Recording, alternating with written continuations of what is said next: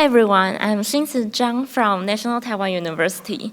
Today I'm honored to present our work, Any-angle die-to-die routing for advanced packages with asymmetric pinroll structures via constraints and shielding-aware reservation. This is a joint work with Professor Iris Huiru Zhang, Dr. Huayu Zhang, and Mr. Junhao Lai. So in advanced packaging, we use heterogeneous integration to combine different triplets into a single system.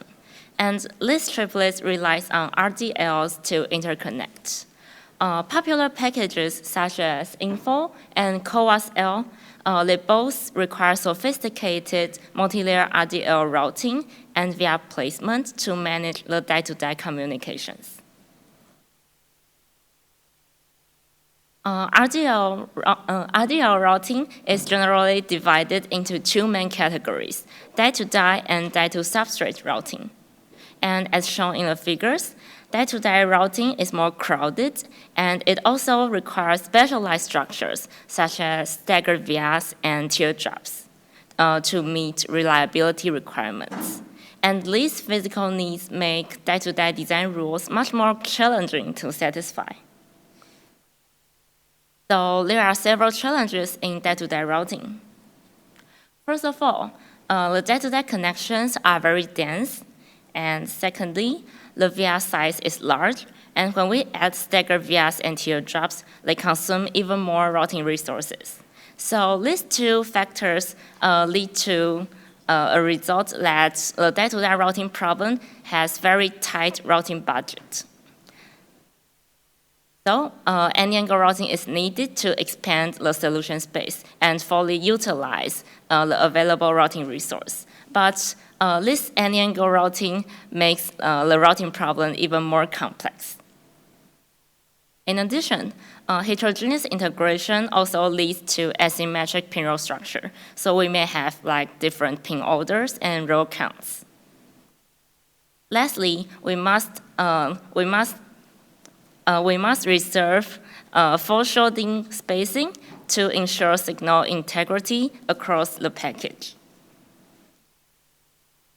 So when we look at current RDL routing research, we can find that most existing works focus on die-to-substrate scenarios and are limited to fixed angle routing.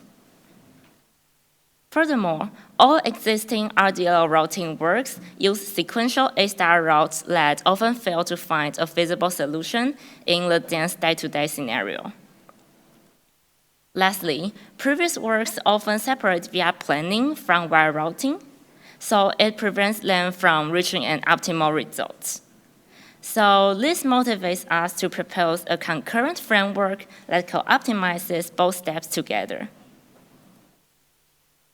To address these issues, we propose the first general framework for dense die-to-die routing that handles asymmetric pinroll structures via constraints and shielding reservation.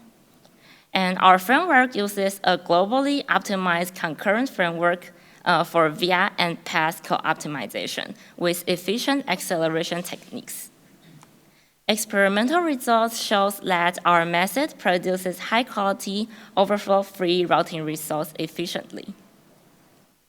Now I will introduce our problem formulation.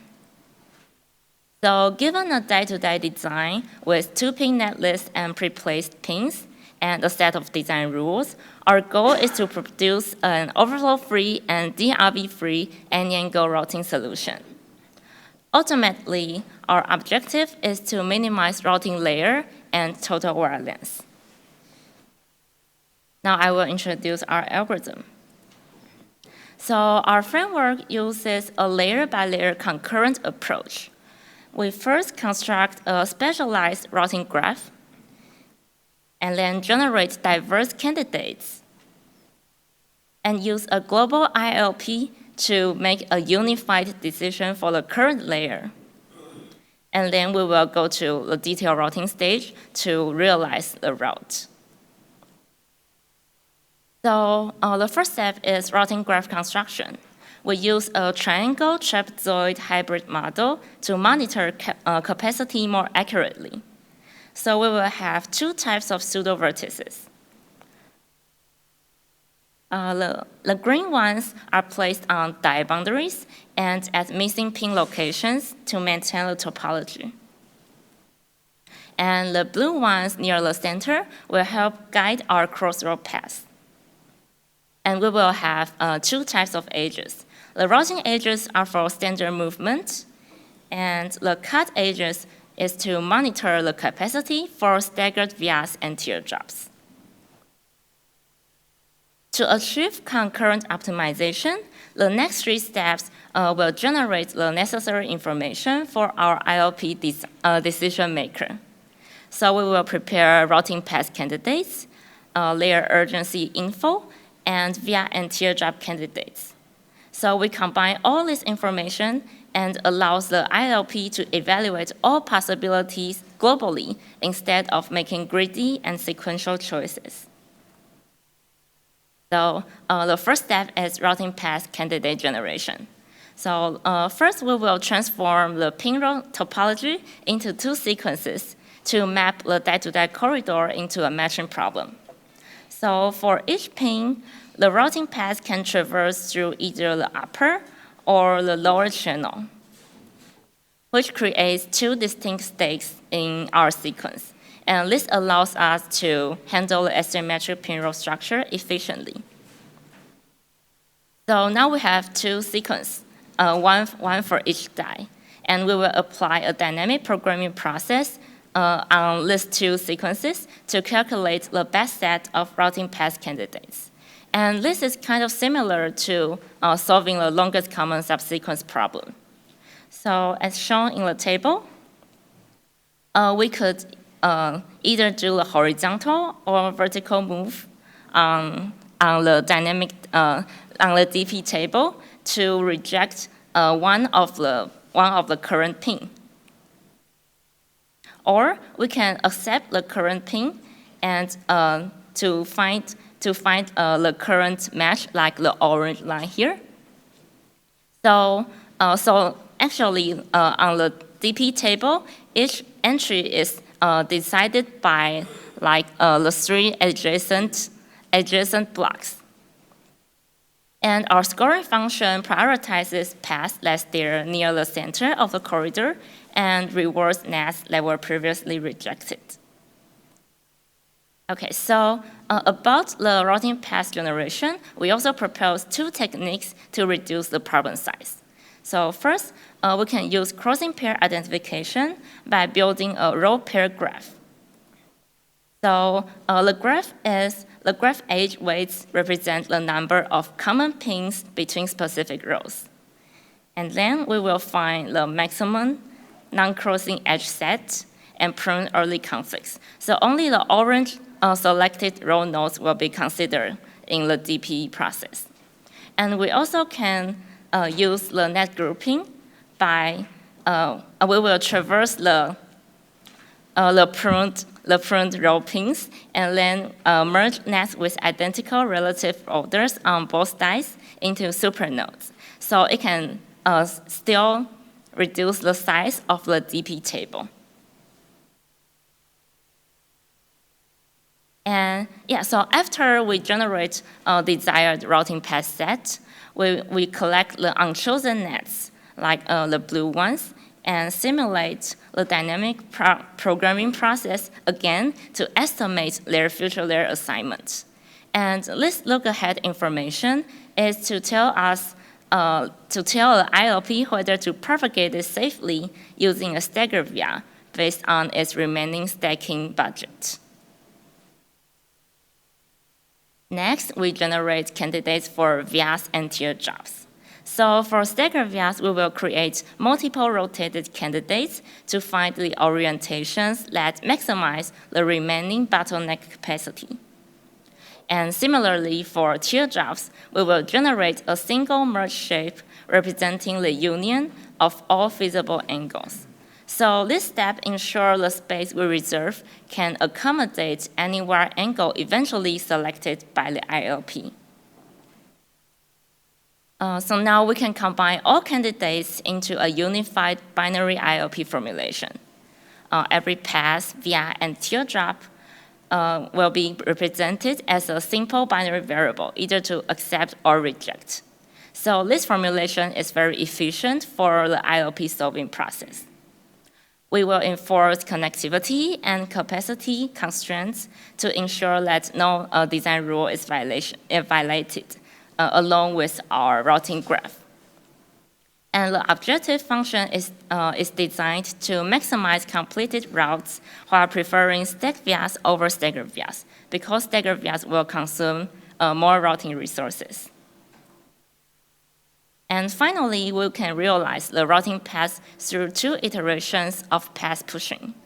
And since the IOP strictly reserves sufficient space during the planning, we are guaranteed to reach a feasible solution. And moving on to our experimental results. So we evaluate our framework using 16 industrial-derived test cases with 8 asymmetric and 8 aligned pinroll structures.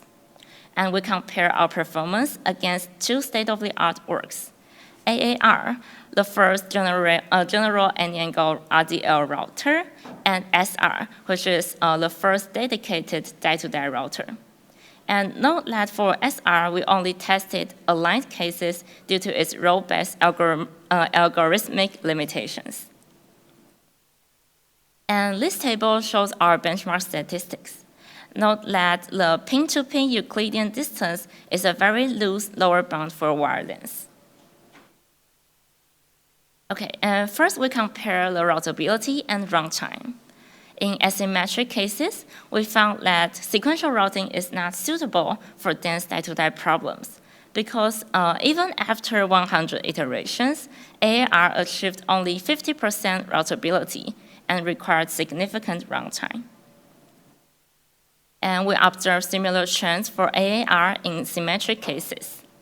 Meanwhile, because SR assumes identical pin orders, it requires more routing layers and vias and was unable to handle cross-row nets efficiently. Next, we analyzed routing quality using 3 key metrics. The first one is total wire length, and it simply evaluates the overall performance. And we also have our average and our standard deviation to assess individual net quality. So we calculate the ratio of each net's actual wire length over its ideal pin-to-pin distance.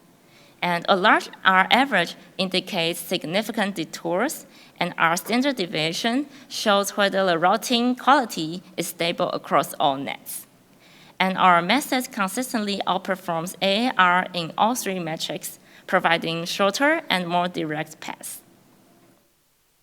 For symmetric cases, while SR performs better than AAR, it still suffers from its sequential nature and rigid row structure assumptions. On the other hand, our method produced high-quality results across all benchmarks. And our third experiment confirms the effectiveness of our acceleration techniques.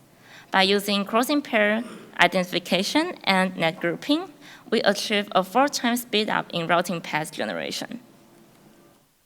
And we also tested performance under different net densities. And even when we remove 60% of the nets, AAR still struggled to reach 90% routability.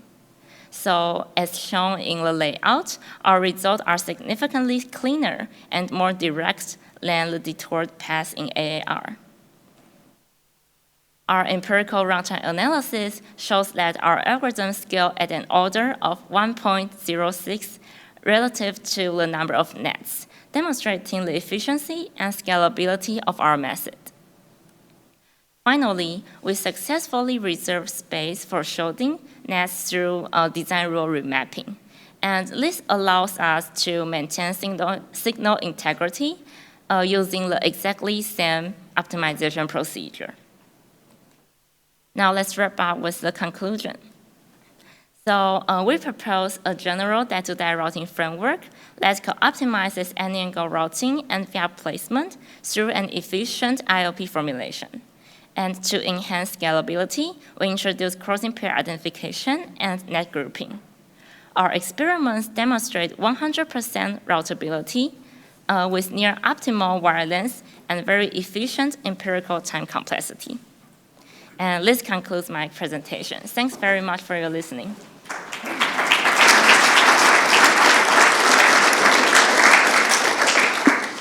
Thank you for the nice presentation. Do we have any questions from the audience? Yep. So for the ILP formulation, did you try larger instances, or where do you see the bound where this can be applied? Because at some point it will probably become too slow, I would guess. Thanks for the question. So I want to clarify that, are you asking like the efficiency of ILP? Yeah, so basically because like in the prior stage, we collect like different types of candidates, and then we want to combine them into a unified ILP. And so like for each stagger via, it is represented by a binary variable. So it is either 1 or 0 to accept or reject. So the binary ILP is rather more efficient than like the general ILP. Yeah, so our unified formulation is kind of very efficient because the formulation is only deciding whether to accept or reject. Okay, thank you. One more? All right, one more. I was just going to, what's the size of the ILP? That's, how many rows, how many strings, how many is in your ILP? Maybe we could go back to like the benchmark. So our largest cases will have like over 1,000 nets, and so like the size will be like for the current layer, like for the worst case, we assume every net can be may be routed on this layer. So we have for each net, it will have like a routing path candidate. So one for each net, and we have stack vias. One stack vias, it just simply go up, and we have a certain number of stagger vias. And also we have a teardrop if we want to route on this current layer. So we have like only a constant times of the number of nets to be our binary variable. So it is like linear to the number of nets. Yeah. Thank you. Do you only consider connection between two components? Yeah, in our current experiments, we only consider two, like the left dice or right die. But I think our methodology can expand to like multi dice in different directions. But we will need to adjust our routing graph and the ILP formulation. Yeah, but I think the unified idea can be applied on multi dice. Yeah, in your presentation, you said each pin you will consider two candidates, escape in the row above and escape in the row below. Do you consider escape with higher other possible candidates?